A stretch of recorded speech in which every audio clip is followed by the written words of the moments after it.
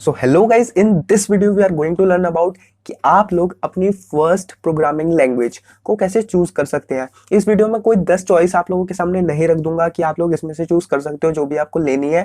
आप लोगों को कुछ फैक्टर्स बताऊंगा जो आप लोगों को ध्यान रखने चाहिए अपनी फर्स्ट प्रोग्रामिंग लैंग्वेज चूज करते समय, क्योंकि जब भी आप लोग अपने प्रोग्रामिंग के कैरियर में घुसते हो तो आपकी फर्स्ट प्रोग्रामिंग लैंग्वेज बहुत ज्यादा मैटर करती है। सो चलिए इस वीडियो में आगे बढ़ते हैं, आप लोगों को बताते हैं कि वो कौन से कुछ फैक्टर्स हैं जो मैटर करते हैं आपकी प्रोग्रामिंग लैंग्वेज के अंदर। सो चलिए इस वीडियो में आगे बढ़ते हैं। गाइस, जो सबसे पहला फैक्टर आता है वो ये आता है कि कौन सी प्रोग्रामिंग लैंग्वेज मार्केट में चल रही है।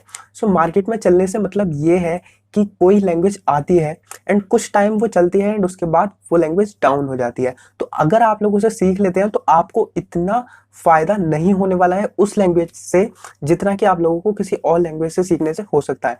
तो कई लोग इसका मतलब ये भी समझते हैं कि मार्केट में किसकी डिमांड ज़्यादा है या कौन सी कंपनीज किसको ज़्यादा प्रेफर कर रही हैं। तो इस चीज़ के पीछे अगर आप लोग एक बिगिनर हैं तो ना ही पढ़ें, तो ये चीज़ ज़्यादा अच्छी रहेगी आपके लिए, क्योंकि आपको इससे रिलेट कभी भी नहीं करना चाहिए एज अ बिगिनर। आगे जाके आप लोगों को इसके बारे में सोचना होगा, बट अभी आप लोग ऐसा ना करिए, ठीक है। अब चलते हैं अपने दूसरे पॉइंट की तरफ। सो गाइस, जो हमारा सेकंड पॉइंट आ जाता है वो ये आ जाता है कि कौन सी सबसे ज़्यादा यूजफुल हो जाएगी। सो यूजेबिलिटी की अगर हम बात करें तो जो भी आप लोग प्रोग्रामिंग लैंग्वेज सीखते हैं उसके अंदर जब आप अच्छे से डीप स्टडी करेंगे तो आप लोगों को कई सारी ऐसी चीज़ें देखने को मिल जाती हैं जो उस प्रोग्रामिंग लैंग्वेज से आप लोग कर सकते हैं।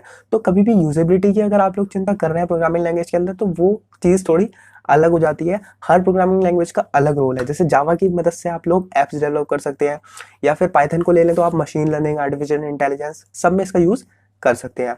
सो अब चलते हैं अपने पॉइंट नंबर 3 की तरफ। सो पॉइंट नंबर 3 जो आ जाता है वो ये आ जाता है कि कौन सी प्रोग्रामिंग लैंग्वेज आप लोगों के लिए सही रहेगी। सो इसका डिसीजन मैं आप लोगों के ऊपर छोड़ता हूँ, क्योंकि आप लोगों को डिसाइड करना है कि आप किस फील्ड में आगे जाना चाहते हो। अगर आप वेब डेवलपमेंट में जाना चाहते हो तो आप लोगों के लिए पाइथन के कुछ फ्रेमवर्क्स एंड साथ ही ये बेसिक जावा स्क्रिप्ट वगैरह आप लोगों को आनी ही चाहिए। एंड जावा स्क्रिप्ट के जो एडवांस फ्रेमवर्क्स हैं like angular and react, node JS, ये सब आप लोगों को आने ही चाहिए।